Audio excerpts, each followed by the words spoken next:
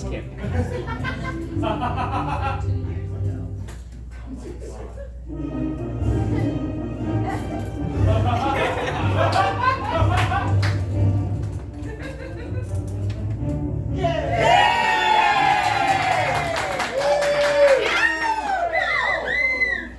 can't touch the ground!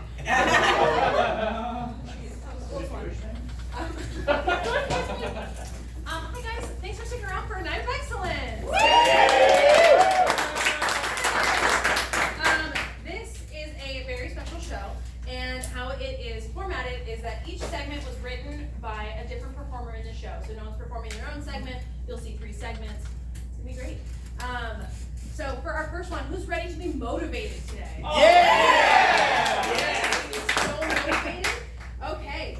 First we have a motivational speech performed by, maybe you've heard of him, Burt Tabernacle. Oh, wow. He travels the country, does these crazy great motivational speeches, and he's come to our little theater in Costa Mesa. He's going to give us some motivation. Burt Tabernacle is going to perform a motivational speech with the provided slides from him. But he's never seen the slides. He won't know until you do. So we're going to find it together. The motivation will come from within. So, Costa Mesa, give Burt a super warm round of applause. Burt Tabernacle. Thank you, Stan. Hey, how you guys doing tonight? How you guys doing? Great. Guys, it's so great to be here. Costa Mesa, one of my favorite towns. Go and bring those lights down a little bit. I don't realize how much they're going to interfere. Perfect. Ladies and gentlemen, as Shannon was so kind to do, she told you all that I was a motivational speaker, and that's what I'm here to do, is I'm here to motivate you. You know, I look around this room, I see a lot of potential. The potential is a double-edged sword. I say that because the potential, you can do anything, but with potential, you can also waste it.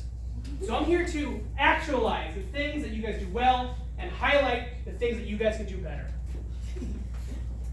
Dress for success. A conversation begins with the eyeballs. What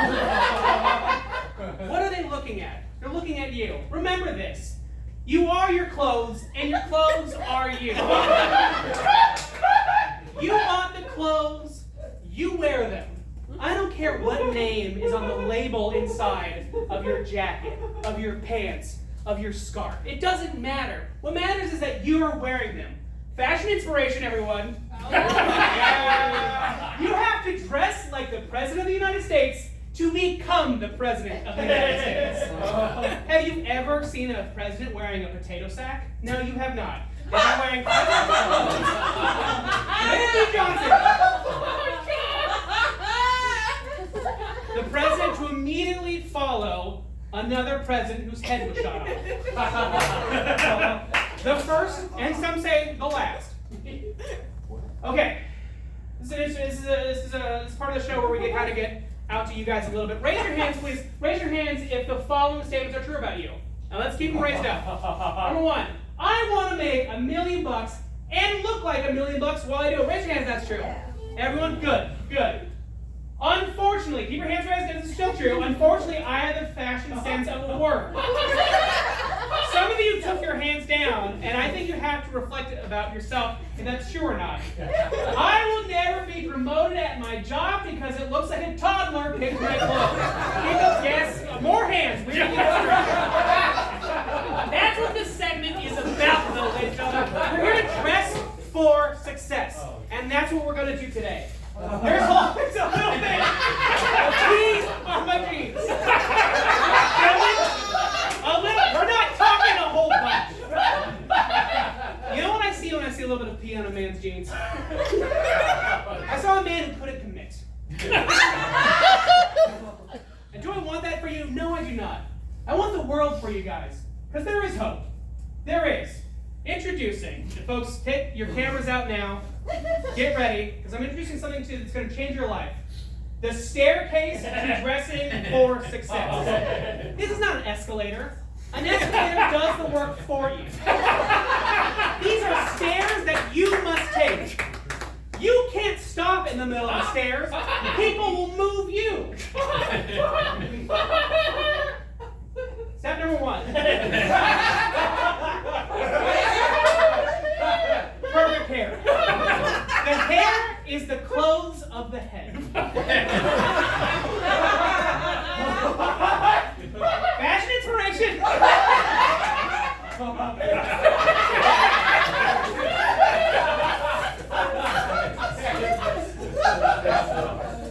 Folks, I'm going to tell you a story. You were all born. You all were bald. And then you all grew hair. That was God giving you a gift. No one's born with a hat on their head. They give you a hat. God gives you a hat, and it's up to you to take it.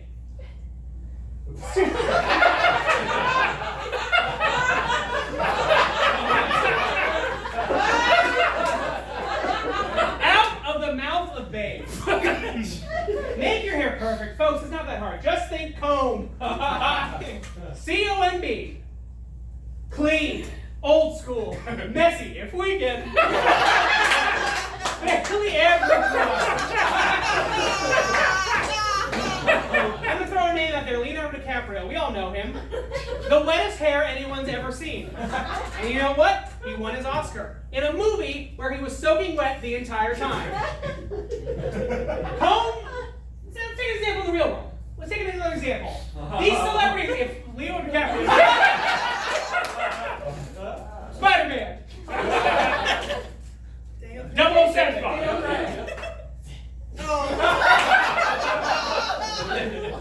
Zac Efron in that movie. I'm kidding, it's obvious Jeffrey Dahmer. But here's the thing. You guys knew who that was just on sight. I didn't tell you who that was. You knew. If that's not a celebrity, then I don't know what is. All right, step number 2. The perfect top. Now, notice the irony here is that perfect hair is at the top of your head. And the top is a step lower. But in this, we're building this up. You see, folks, circles within circles are happening right now. Now, when we're talking about tops, there's nothing more of a fashion inspiration than a shirt can be a peace tree or...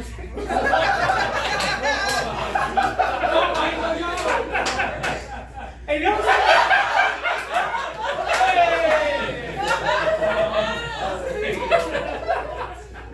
I'm going to tell you a story. Pitbull, a singer-songwriter we all know and love, he came to me one day and said, Bert, I don't feel Mr. Worldwide so much anymore. You know what I did? I introduced him to a shirt. A shirt that changed his life. And it's the shirt he's wearing in this very photo. Now we'll talk about making your top perfect. Just think shirt, soft, hip, immaculately clean, really tight, really tight. Your body is perfect as it is. But they have to see every detail and curve on it. And finally, tiny slits. The arms are the gateway to your success. Without arms, Rafiki couldn't hold up Simba. Let's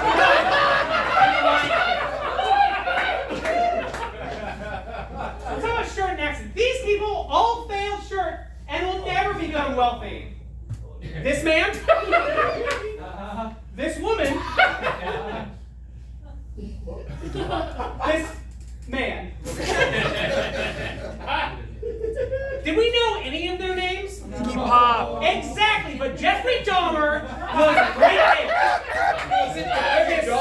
It's Ted Bundy. With Ted Bundy. Step number 3, the perfect pants. Now again, hair, top, pants. We keep going up the stairs. If your pants are ugly, you can kiss your career goodbye.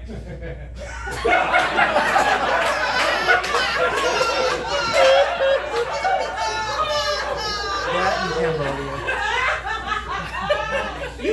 You guys laugh, but this is a president. One of our most famous ones. One of the ones with a letter for a middle name. All of you have whole middle names. He only needed one letter. Make your pants perfect. Justin Jeeves. Job ready. Elastic waist. Always clean. Nope. Silky smooth. If I walk into a room and I see a man with scratchy pants, you know what I see? A man who gave up. Who couldn't commit. If I see a man with scratchy jeans and a little bit of a piss stain, I'm not going to hire that man. Would you hire that man? No. No. Then why are you being that man? What? Let's see shirt in action. Together, let's bring the following these criteria. All right, let's talk.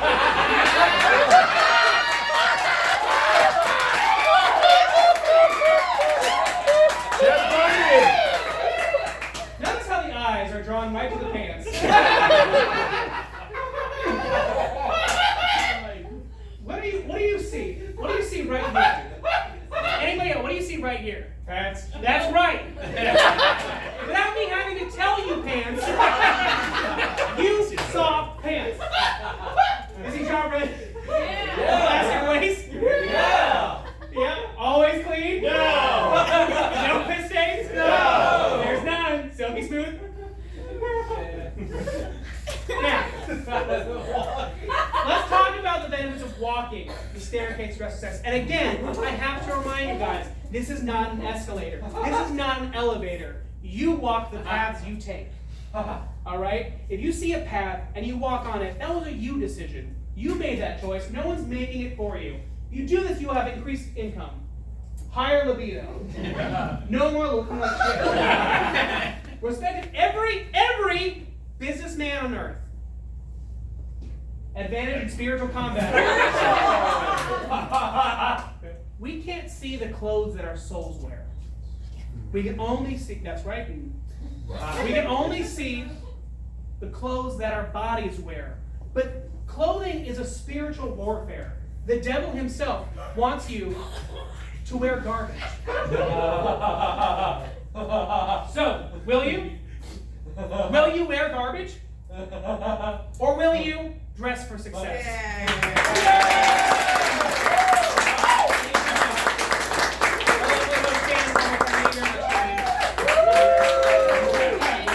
One more time for Burt Tabernacle.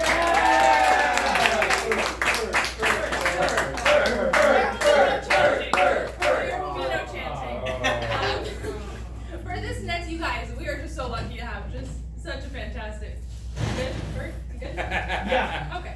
Someone's supposed to be helping me, but they're not. That's some help for Burt, please. No.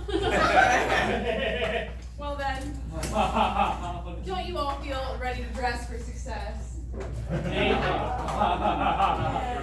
You guys, we have just so much more phenomenal nights of excellence coming for you.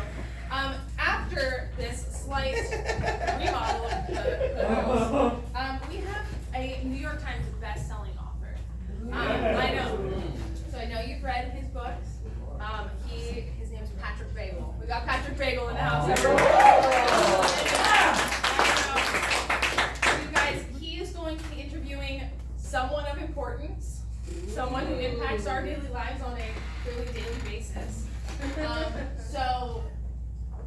Stalling. Patrick Bagel. Are we ready for Patrick? Yes. Oh gosh, Patrick Bagel.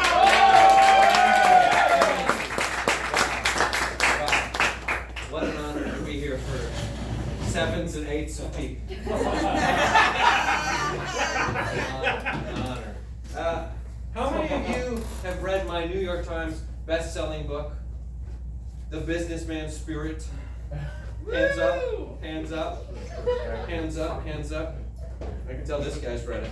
You've read it. And what was your main takeaway? Did you like the part about making $1 million by finding your true spiritual self? They did. The crypto part was weird. Yeah, well, I was paid heftily to include that. Thousands and thousands. Are we ready? Yep. Okay, I don't have to talk to you animals anymore. You're fine. Ladies and gentlemen, I'm Patrick Bagel, and it is my life's mission to meet and converse with some of the most interesting and important people in the world, and give you all the chance to learn about them as well. And tonight is no exception, as we have one of fashion's most daring and talented moguls, whose brand is known all over the world. She started in the most humble of beginnings, but rose up quickly, and is now one of the most influential people I have ever had the privilege of meeting. Ladies and gentlemen, please put your hands together for Miss Miranda Nightingale.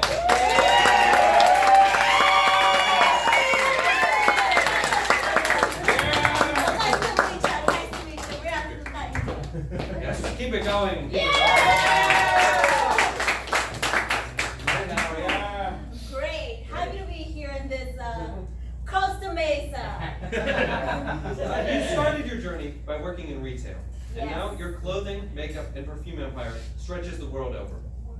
What is one way in which being a woman has helped in the endless cycle of feeding the blood of the poor into the machine of capitalism? Yes, you know, I grew up with humble beginnings. I worked at the one and only Victoria's Secret. Round of applause.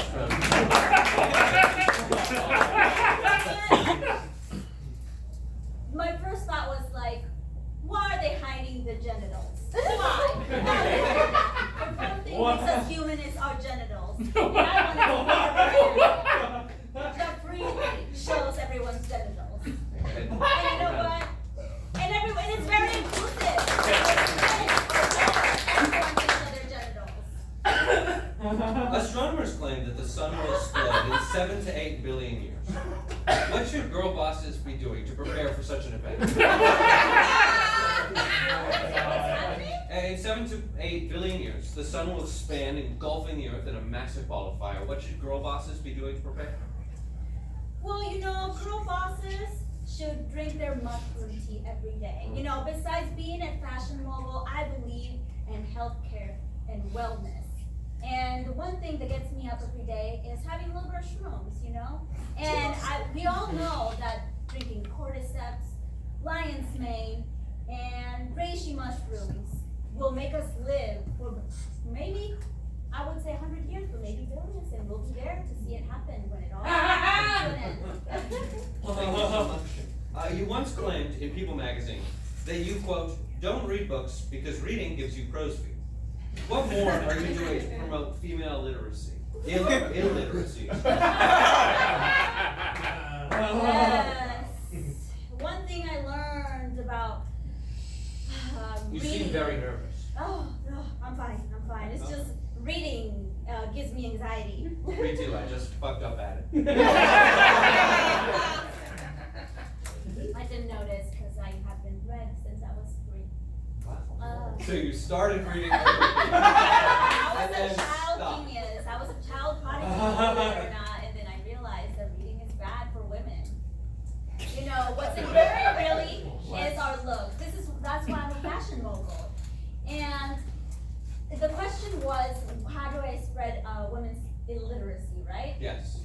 Well, basically, I tell people, hey, you want to make it in the fashion industry? Stop reading and start showing your genitals. in this time of social media, shock value is very important.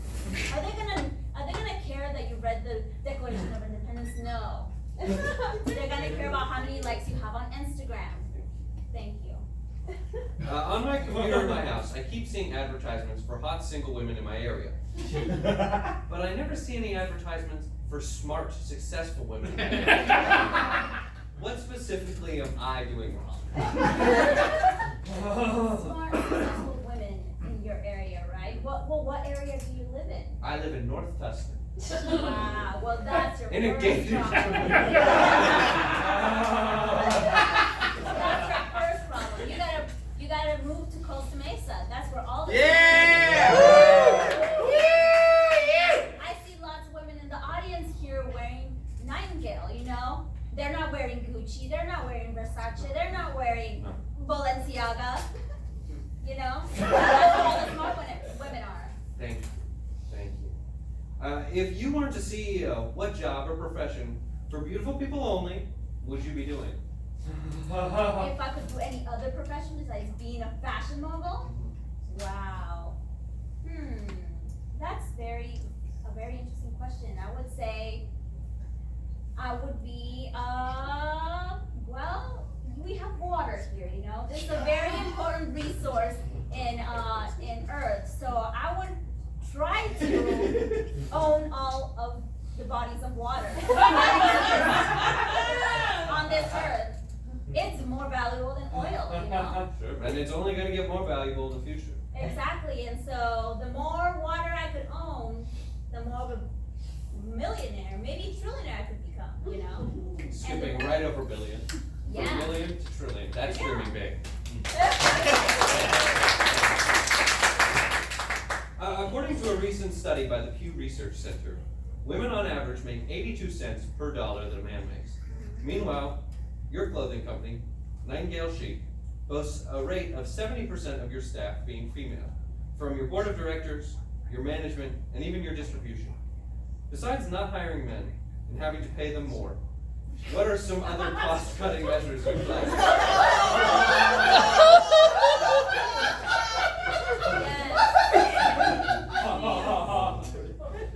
Well, I really believe in the power of role play. If you believe that you're a strong, independent woman, then you are. You know what I mean? I am And a so- strong, independent woman. Exactly, Okay. exactly. And besides not hiring men, because I now have to pay them more, what I ask them to do, when any males come into my office to be, you know, to look for a job, I said, well, what if you were a machine? Then you wouldn't be a human, and then I wouldn't have to pay you. And so I just get them to role play textile making machine.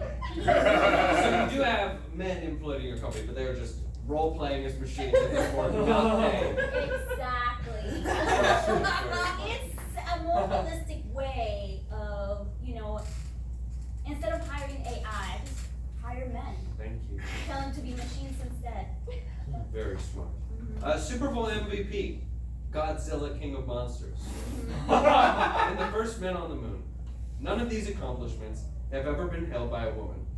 What can we do as a society to change that? As I said before,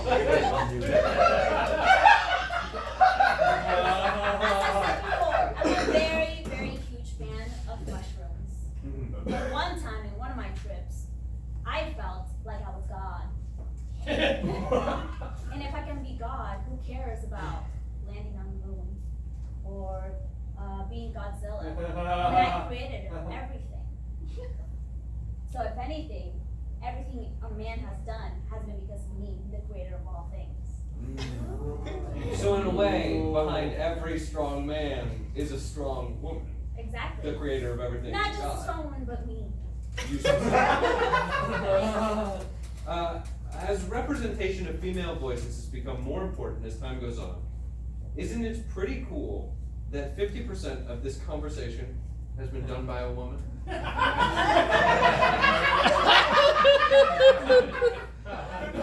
think nothing else needs to be said.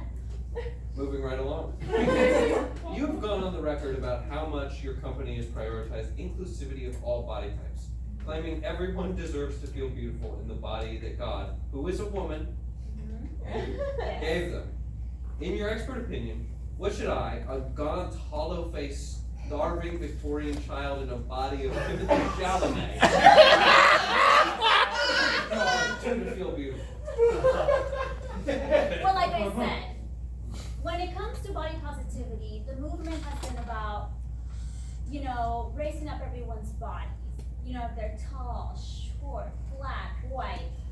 Nightingale does not care about that. What we care about is the beauty of genitals. And we have genitals. I do. And so, when you wear garments, we encourage you to show them off. You know. So got a hole. Yeah. Nice. Most of our clothes are chaps. Understood. So Yeah. the ass is out and the balls are out at all Exactly. times. Wow, that's bold. That's bold. Couple more questions here, Miranda, then we'll get you out of here. Back to your busy life. You've gone on the record. Oh, this one we just did. Moving on from your work to fashion, your work in fashion to charitable work. Your nonprofit that you started to support struggling female artists came under fire recently for supporting an artist's controversial painting, Brunch with the Girls, which, as she described it, is an all-female reboot of The Last Supper. Do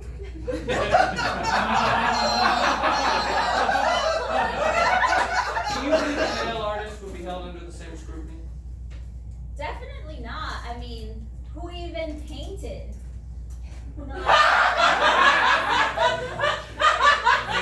I'm pretty sure it was Leonardo da Vinci. Who's that? I heard he had a code. I don't know him. All right, moving right along. Finally, tonight, is there anything you'd like to say say to all the little girls who aspire to be like you one day? Or are you one of those chicks who hates seeing other women succeed? Keep in mind, you are on the record. Right. I mean, you should definitely try to succeed. I don't know if you'll be as successful as me since I am God. But I would never tell a woman not to reach for her goals. Of course you should. And you definitely will be able to if you wear Nightingale chic. Ladies and gentlemen, Miranda Nightingale, Precious Nightingale. Let's all chant, show our genitals. Show our genitals. Show our genitals. Show our genitals. You guys Show our genitals.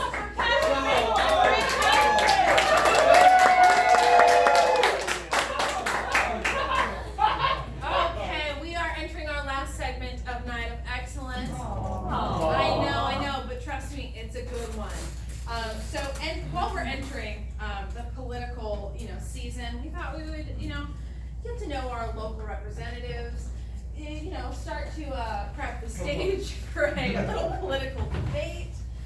We have two politicians with certain prompts that they have to work into their debate. Stand up for a second. They won't know until you do. We're going to read it together, and those prompts will be a surprise. And can I get Sam Bibiona, our moderator, up here?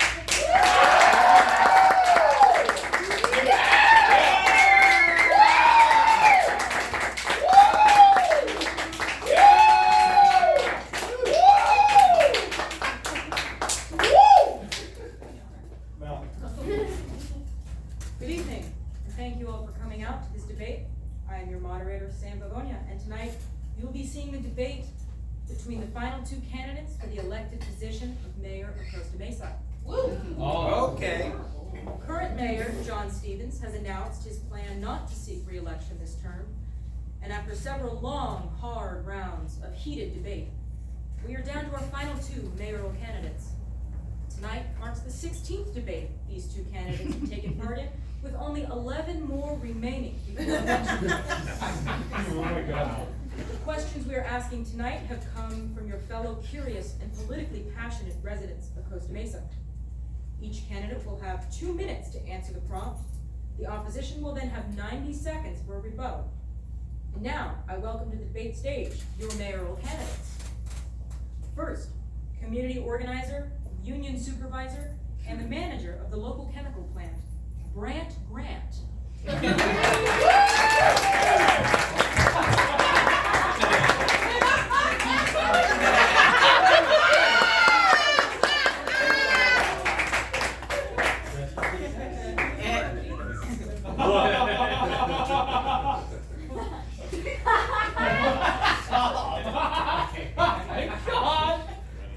Second, the longest tenured president of the Costa Mesa Chamber of Commerce, Richard Head.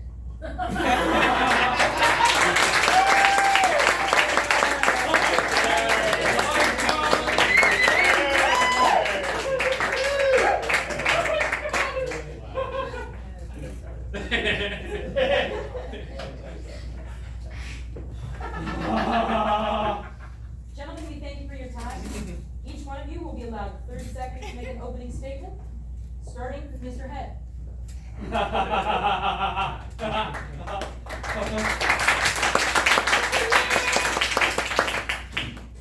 My mother always told me that a caterpillar does not immediately become a butterfly. Has to go into a cocoon first. Costa Mesa is ready to emerge from its cocoon. It has been trapped in it for too long, and now we have an opportunity to spread our wings and fly. Ladies and gentlemen, Costa Mesa is a city of dreams, one that I intend to make a reality. Thank you. Mr. Head, now Mr. Grant.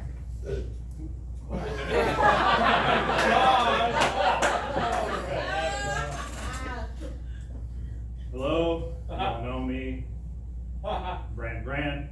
I work at the local chemical plant. I work mostly in resins, plastics, herbicides, pesticides, regicides, nylon, nylon. Thank you.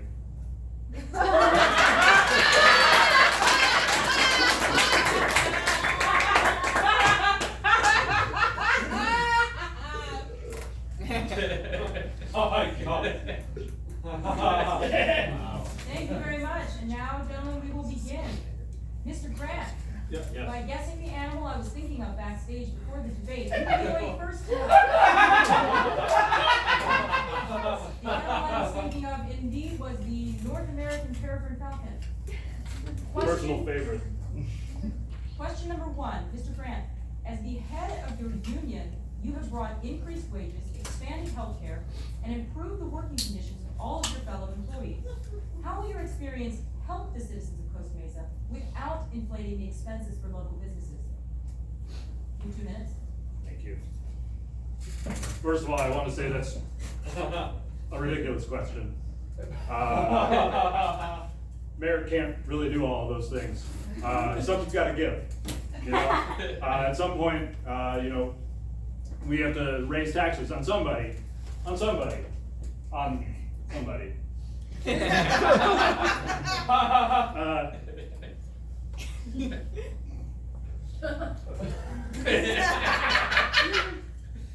Heroes. Chemical workers, people like myself, people like many of you in the audience, are heroes. Short-lived, not that short, somewhat short-lived television series on ABC in the late 2000s.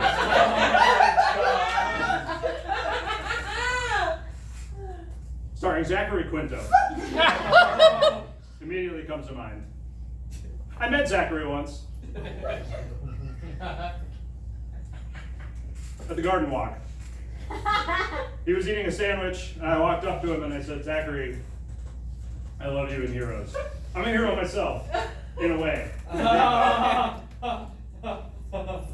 I asked him, I said, Zachary, can I take a picture with you? And I keep that picture with me, on me, at all times. It's in my wallet to remind me that you and me are heroes. All of us. Anybody who deals with chemicals on a regular basis, you, and even you, have experienced chemicals in your daily life. And as mayor, I will make sure that you're all recognized for what you've done. Is that? You have 10 more seconds. Thank you.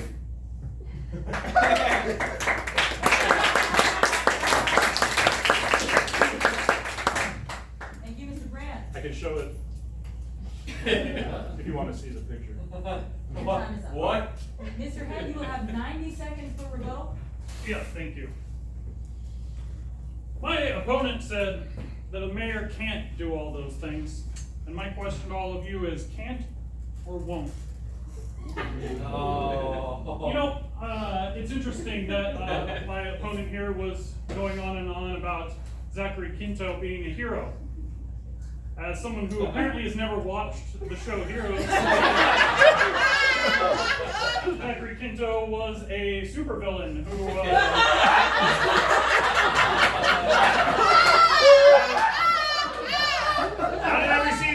not in every season, he was an anti-hero for a couple. He was an amnesiac anti-hero for half of season 3. But for the rest of it, he was a telekinetic serial killer who stole people's powers by removing their brain with his brain. Unfair. Unfair. I'll yield the rest of my time back to the moderator. Unfair.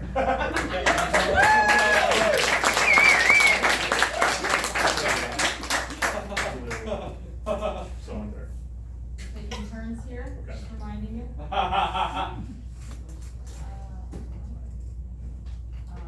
Question number one, Mr. Head. Yeah. During your tenure as the president of Chamber of Commerce, the number of new businesses in Costa Mesa has increased by an unprecedented 7%. As mayor, what more do you plan to do to draw in new businesses and retain existing ones? You have 2 minutes. Thank you. I wanna tell you another story about my childhood. When I was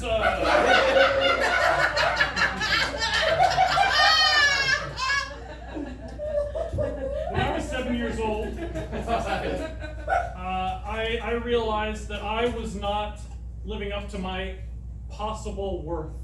And I realized that what I was doing by not getting into this was being inefficient. And so what I did is I was like, what do I love that could have value? And that answer, of course, was baseball cards. And by the year 1996, I had what could only be called a sweet baseball card,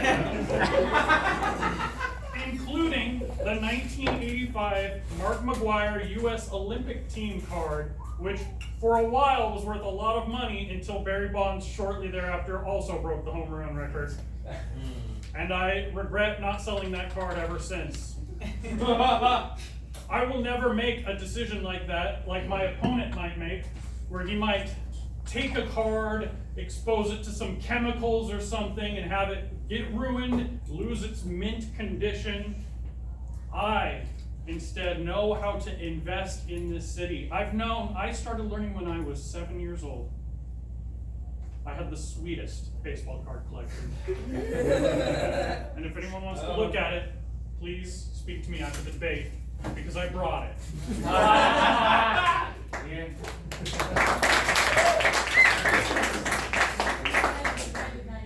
Thank you. Ladies and gentlemen, is my opponent a racist?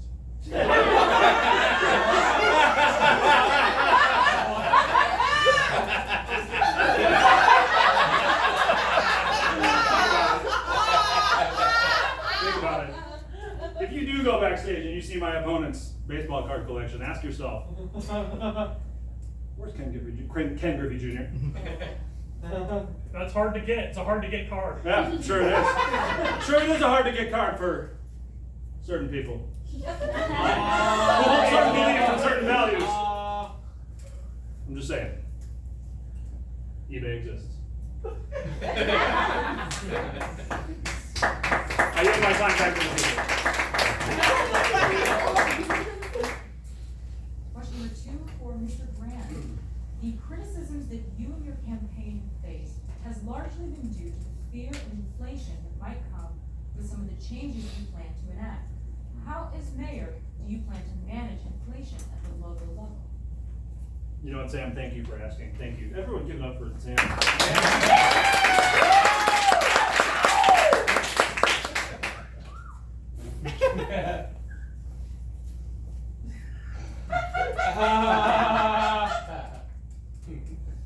Previously, during this debate, my opponent mentioned flying. I believe you said that we would soar.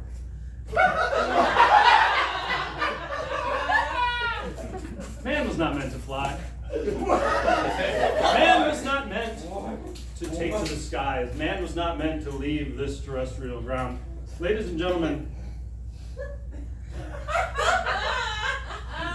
if you want to talk about inflation, we should talk about the real danger facing our children today.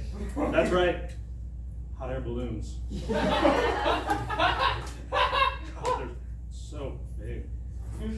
They're so scary. You know, you can't really control a hot air balloon. You're at the whim of the weather. You're at the whim of the winds. You just get up there in the sky and you can move up and down, but you don't really have any directional control. It's fucked up. That is fair. That is fair, sir. Thank you. Thank you. That is fair. I think that's very fair. So no, Costa Mesa will not be flying. Not anytime soon. Not while I'm here. Thank you. You may have your time. I have 90 seconds. You know, it's interesting. My opponent seems to be afraid to pilot a hot air balloon. Can you imagine that? He says that a hot air balloon is scary because it's at the whim of the weather. You can't do much but make it go up or down. Well, what is the economy, if not weather, that just determines where our money's going? No one knows how it works. No one understands it. All we can do is make it go up and down a little bit. And as mayor, I'm prepared to do that. I'm not scared of the economy like my opponent is. He's scared of it. He's like a child.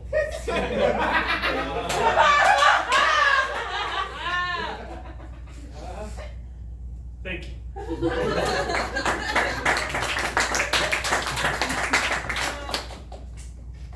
Question two, Mr. Head. Standing, your campaign has promised to lower spending at City Hall by reducing the funding of local initiatives, which include pre-K child development programs, after-school care, and public arts. Critics of this initiative state that although these programs account for less than 10% of the city's budget, they seem to be under the most scrutiny.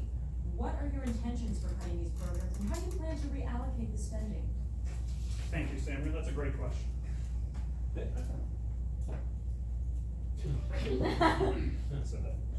You know, these programs, they sound great, right? They sound like wonderful programs, after-school programs, art programs. They're all very nice.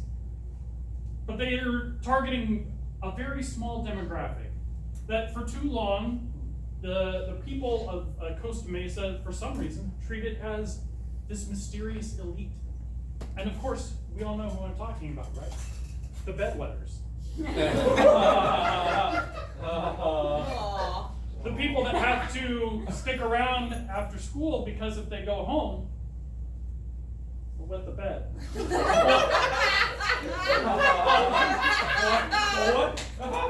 They have no talents or skills. And so they're put in front of a canvas and told no matter what you do, it's art. Well, I think it's time, once and for all, for them to pull up their big boy pants and learn how to use the potty. I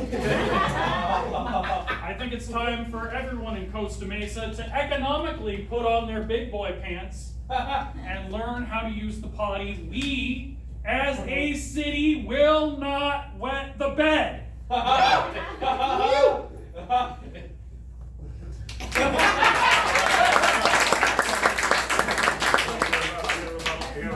Okay, good.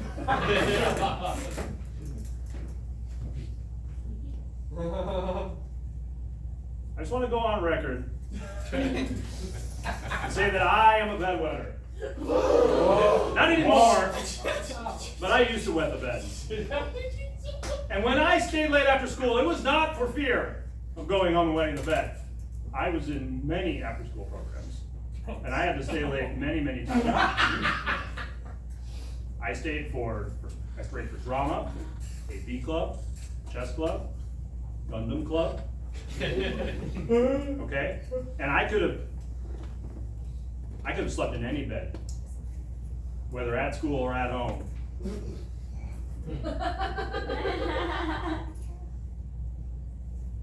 I could have slept in any bed, whether at school or at home. I'm sorry, are there a lot of beds at school? Maybe not at your big fancy private schools, but down here on the streets. Yeah! Yeah! We sleep where we can. We sleep where we can. Yeah. I give my time back to the people. Oh, I have to do it. Thank you very much. Question 3, Mr. Grant. Your final question for the evening. With you as mayor, what would be your first priority to change and improve how the city of Costa Mesa and the mayoral office currently operates? Thank you. Ladies and gentlemen, I'm going to set the clipboard down. Oh. I know. My opponent has been up here all night telling you stories, spinning you fancy tales of experiences he may or may not have actually had. I've never seen this baseball card collection he speaks of. But you know what I have seen? A really big turkey. At the county fair. And you know what that really big turkey tells me about the strength of the people of Costa Mesa? We are big. We are strong, we are resilient. Like the mighty turkey, we gobble and we gobble, but we're gobbling at scraps, thanks to people like my opponent. We, the regular people down here on the streets, let me tell you, this turkey was so big. It was, guys, ask me how big the turkey was, sir. Not you, sir, you've spoken with me earlier. How big was the turkey? It's huge. 3, 4-ish, feet-ish, big, around. I'm not good with sizes and measurements and those sorts of things. I work in chemicals.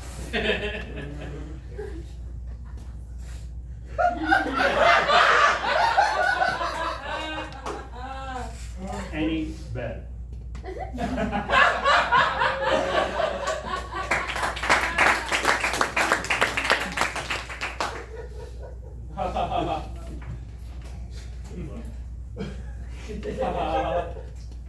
You know, I can't help but wonder how someone would see a turkey of that size. And I think we all know the answer to this question, right? A man that works at a chemical plant saw a giant turkey. Someone whose job it is to oversee the distribution and safe disposal of chemicals clearly has seen some of those chemicals get, and I will use a phrase that you used here, gobbled up,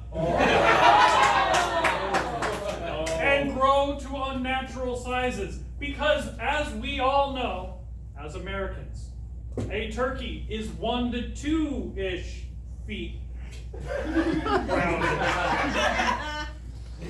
And that's how it should be, and how it's been since 1776. Until my opponent becomes mayor of the city and puts his chemicals where they don't belong. Thank you.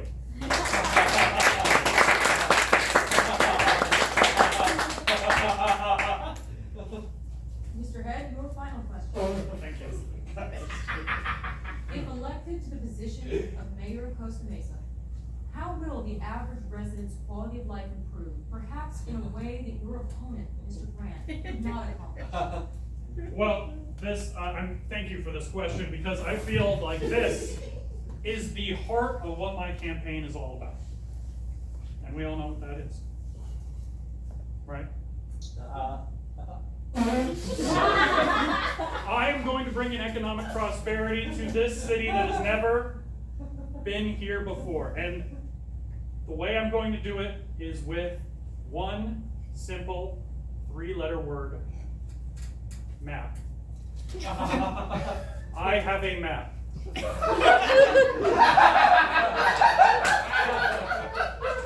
To the lost treasure of Cortez.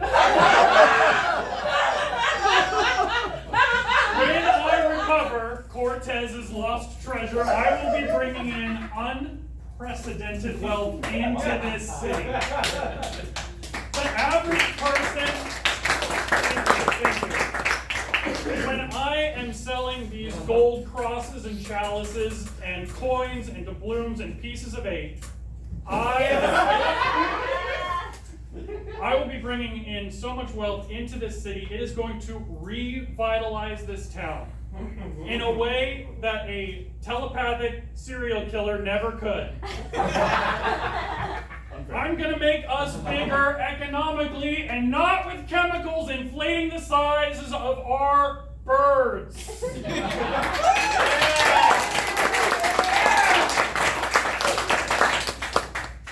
Mr. Grant, your response.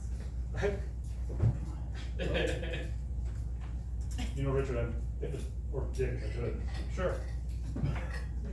I'm glad you brought up the map. Ladies and gentlemen, my opponent is not lying to you exactly, but he's only telling you half-truths. You see, Richard, or Dick, and I are old childhood friends. Whoa! Believe it or not.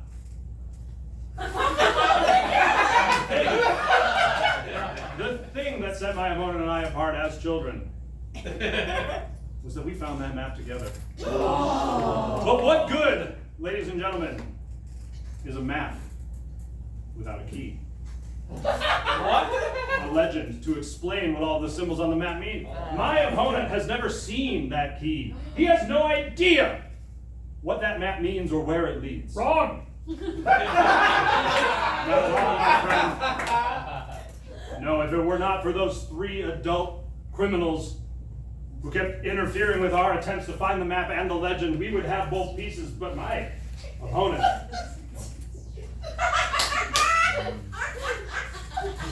My opponent does not have that legend, and he never will have that legend. So he can spin all these fanciful tales about selling goblets and jewels and diamonds and all sorts of different things, but that's all he's good for. Stories. Just stories told by a rich, sad old dickhead.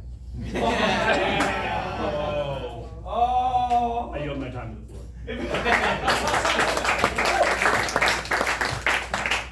That would be the end of our debate, but I feel bad he called you a dickhead, so you get 10 seconds.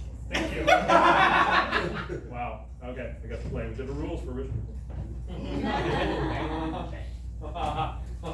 How hard can it be to figure out a key? We got 30 years to figure it out. Where's the treasure? That's all I'm saying. I will say I cracked the cipher. 30 years, I'm just saying. I cracked it. It took 30 years, but I You never cracked it. that. You never went, then you got the treasure already. Well, That's all I I'm was saying. gonna run for mayor first. Yeah, I'm sure you were. So what's it buried underneath the mayor's office? What? So what is it buried underneath the mayor's office? No. Ladies and gentlemen,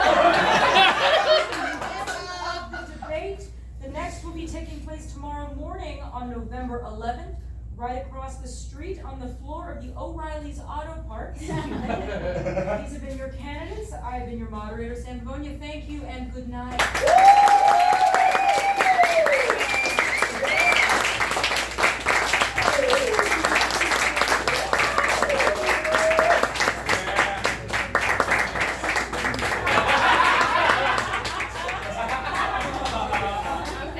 Okay. Thank you all for staying for a night of excellence. We're all clear on who we're voting for, right? We're all writing Sam's name on the ballot?